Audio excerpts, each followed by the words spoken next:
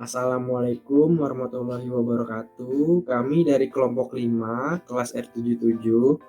Saya Novan Permana Putra dengan NPM 2018 4350 2150 Saya Dinda Zahra dengan NPM 2018 4350 1725. akan membahas dan menyimpulkan materi dari nomor 1 sampai nomor 5.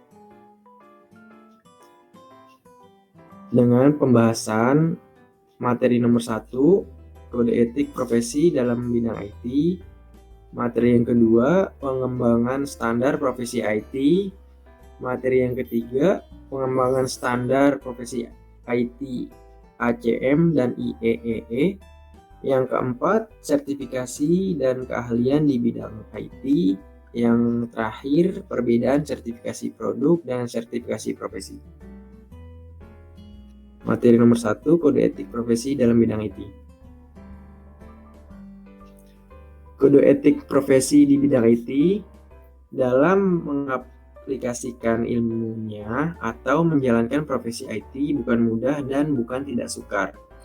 Yang terpenting adalah kita mampu menempatkan diri pada posisi yang benar dengan membangun semangat kemoralan dan sadar akan etika sebagai orang yang ahli di bidang IT.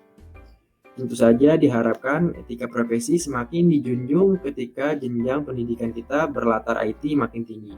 Sedangkan keahlian di lapangan meningkat seiring banyaknya latihan dan pengalaman.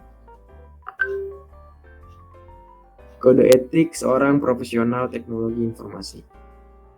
Dalam lingkup TI, kode etik profesinya memuat kajian ilmiah mengenai prinsip atau norma-norma dalam kaitan dengan hubungan antara profesional atau developer TI dengan klien, antara para profesional sendiri, antara organisasi profesi, serta organisasi profesi dengan pemerintah. Salah satu bentuk hubungan seorang profesional dengan klien, misalnya pembuatan sebuah program aplikasi. Kesimpulan yang kita dapat yaitu dapat disimpulkan bahwa kode etik dibutuhkan sebagai pedoman atau acuan bagi para pengguna IT agar tidak terjadi pelanggaran atau paling tidak bisa meminimalkan tindak pelanggaran kode etik di bidang IT. Seorang profesional TI tidak dapat membuat program semaunya. Ada beberapa hal yang harus ia perhatikan, seperti untuk apa program tersebut digunakan oleh kliennya. User dapat menjamin keamanan dalam security sistem kerja program aplikasi tersebut dari pihak-pihak yang dapat mengacaukan sistem kerjanya. Misalnya hacker, cracker, dan lain-lain. Untuk materi yang kedua, pengembangan standar profesi IT. 1. Bidang sistem operasi dan networking. 1. IT Support Officer bertugas menerima, memprioritaskan, serta menyelesaikan suatu permintaan bantuan IT, instalasi, perawatan, dan penyediaan dukungan harian baik untuk hardware dan software, peralatan termasuk printer, scanner, hard drive, eksternal, dan lain sebagainya. Untuk yang kedua, Network Administrator bertugas untuk mengoperasikan serta perawatan terhadap jaringan LAN maupun WAN, manajemen sistem serta dukungan terhadap perangkat kerasnya, mengarsipkan data, dan perawatan komputer. Yang ketiga, Network Engineer bertugas melaksanakan suatu komunikasi dan analisa sistem networking, serta menganalisa dan ikut mengambil bagian dalam pengembangan standarisasi keamanan dan implementasi mengendalikan untuk keamanan LAN dan WAN. Nah, yang kedua ada bidang pengembangan aplikasi dan database. Yang pertama, IT programmer bertugas mengambil bagian dalam pengembangan dan integrasi perangkat lunak serta mengembangkan secara aktif kemampuan dalam pengembangan perangkat lunak. Yang kedua, database administrator bertugas bertanggung jawab untuk administrasi dan pemeliharaan teknis yang menyangkut perusahaan dalam pembagian sistem database. Yang ketiga, sistem programmer atau software engineer bertugas melakukan pengembangan software, memiliki keterampilan dalam merancang aplikasi, serta menyiapkan program menurut spesifikasi, dokumentasi, dan pengujian. Nah, yang keempat, sistem engineer bertugas menyediakan rancangan sistem dan konsultasi terhadap pelanggan, memberikan respon terhadap permintaan technical queries serta dukungannya, dan melakukan pelatihan teknis ke pelanggan dan IT administrator. Yang ketiga ada audit dan keamanan sistem informasi. Yang pertama, informasi sistem auditor. Nah, yang kedua, information security manager. Yang ketiga, OMS atau operation maintenance subsystem. Yang keempat, NSS network subsystem engineer. Yang kelima ada RSS radio subsystem engineer. Yang keenam ada fast value added service engineer. Yang ketujuh project manager, dan lain-lainnya. Kesimpulan yang kita ambil, bidang IT atau teknologi informasi merupakan salah satu platform yang sangat berkembang seiring dengan bertambahnya waktu. Hal ini pun beriringan dengan makin banyak peminat untuk berprofesi dalam bidang ini. Perkembangan dunia IT telah melahirkan bidang baru dengan tujuan utamanya yaitu untuk semakin memudahkan manusia dalam melakukan segala aktivitas. Profesi di bidang IT antara lain ada programmer, network engineer, software engineer, database administrator, sistem analis, web administrator, web developer, dan web designer. Dan untuk yang ketiga, pengembangan standar profesi IT ACM dan IEEE. Standar profesi ACM. ACM atau Association for Computing Machinery atau Asosiasi untuk Permesinan Komputer adalah sebuah serikat ilmiah dan pendidikan komputer pertama di dunia yang didirikan pada tahun 1947 yang berpusat di kota New York. Anggota ACM sekitar 78.000 terdiri dari para profesional dan para pelajar yang tertarik akan komputer. ACM diatur menjadi 170 bagian lokal dan 34 SIG atau grup minat khusus, Special Interest Group. SIGs melakukan banyak kegiatan seperti SIGRAP, SIGPLAN, dan SIGCOM, mensponsori konversi teratur yang menjadi terkenal sebagai acara utama untuk memperkenalkan inovasi baru dalam bidang tertentu. SIG juga menerbitkan sejumlah jurnal khusus, majalah, dan surat berita. Standar profesi IEE. IEE atau Institute of Electrical and Electronical Engineers adalah sebuah organisasi profesi nirlaba yang terdiri dari banyak ahli di bidang teknik yang mempromosikan pengembangan standar-standar dan bertindak sebagai pihak yang mempercepat teknologi-teknologi baru dalam semua aspek dalam industri dan rekayasa yang mencakup telekomunikasi, jaringan komputer, kelistrikan, antariksa, dan elektronika.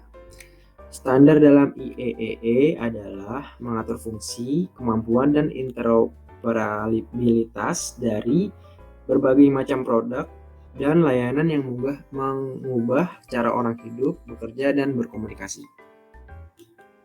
Nah, kesimpulan yang kita ambil yaitu pesaing utama ACM adalah IEEE Computer Society. Sulit untuk generalisasi akurat tentang perbedaan antara keduanya.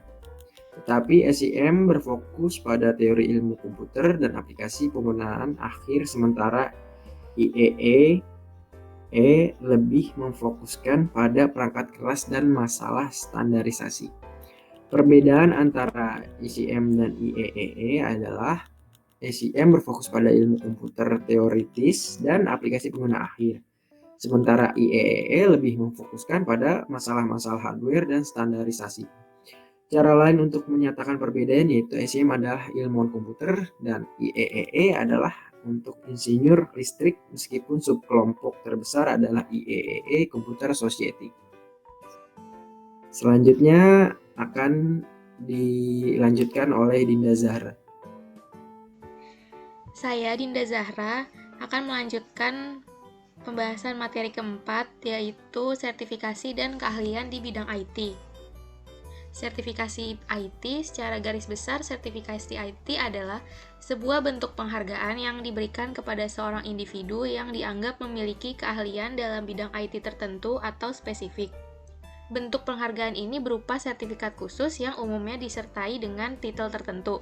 Jika pernah mendengar istilah semacam CNNA, MCTS, CEH, OCP, dan lain sebagainya, itulah contoh titel bagi seorang pemegang sertifikat IT.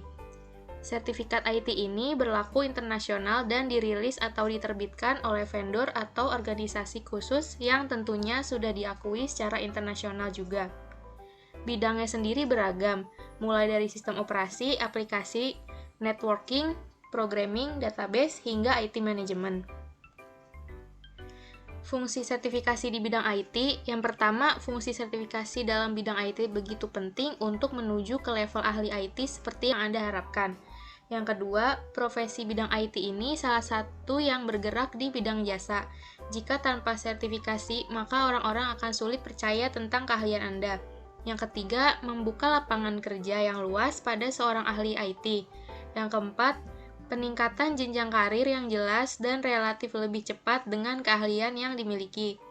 Yang kelima, pengakuan dari pemerintah dan organisasi atas keahlian Anda di bidang IT. Kesimpulannya, jadi pada dasarnya sertifikasi memiliki pengertian yaitu independen, objektif, dan tugas yang reguler bagi kepentingan yang profesional dalam satu atau lebih area di teknologi informasi. Sertifikasi TI menunjukkan para profesional teknologi informasi memiliki pengetahuan dan kompetensi yang dapat dibuktikan. Sertifikasi TI memberikan keunggulan pesaing bagi perusahaan, khususnya dalam pasar global, karena kemampuan dan pengetahuan profesional dan telekomunikasi telah diuji dan didokumentasikan dengan tujuan yang pertama, membentuk tenaga praktis IT yang berkualitas tinggi. Yang kedua, membentuk standar kerja IT yang tinggi. Yang ketiga, mengembangkan profesional yang berkesinambungan. Sertifikasi di bidang IT juga merupakan sebuah media yang digunakan sebagai alat untuk memenuhi sebuah tuntutan dalam sebuah dunia kerja di mana sertifikasi itu terdiri dari berbagai jenis sesuai dengan bidang keahlian. Yang kelima, perbedaan sertifikasi produk dan sertifikasi profesi. Sertifikasi produk ialah spesifik sertifikasi yang lebih terlibat dan dimaksudkan untuk dirujuk ke produk di semua aplikasi. Pendekatan ini sangat umum di dunia teknologi informasi industri, di mana personil bersertifikat pada versi perangkat lunak atau software, atau perangkat keras hardware. Jenis sertifikasi portable di lokasi, misalnya perusahaan yang berbeda dengan menggunakan perangkat lunak itu, tetapi tidak seluruh produk lainnya. Sertifikasi profesi. Sertifikasi profesi dilakukan untuk kompetensi atau keahlian khusus. Misalnya, profesi medis sering membutuhkan tenaga ahli atau spesialisasi tertentu dalam memberikan pelayanan kepada pasien.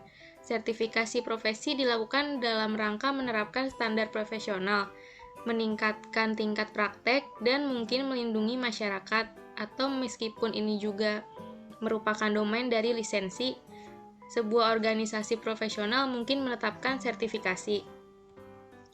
Kesimpulannya, kesimpulan sertifikasi produk dan sertifikasi profesi sangat berbeda.